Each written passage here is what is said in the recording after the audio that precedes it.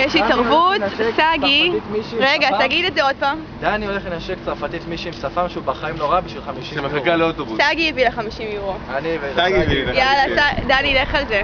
אין לי זום, אז אני צריכה להתקרב. תגיד לי אם אני יכולה להתקרב, כי אין לי זום. אל תעשי אבל כזה בולט.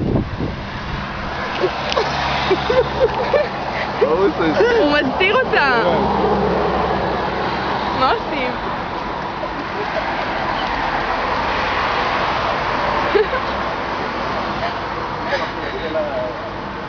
היא רואה שאני מצלמת, לא נעים לי.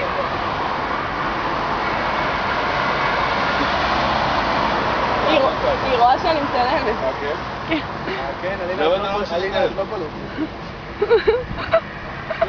מה היא עושה?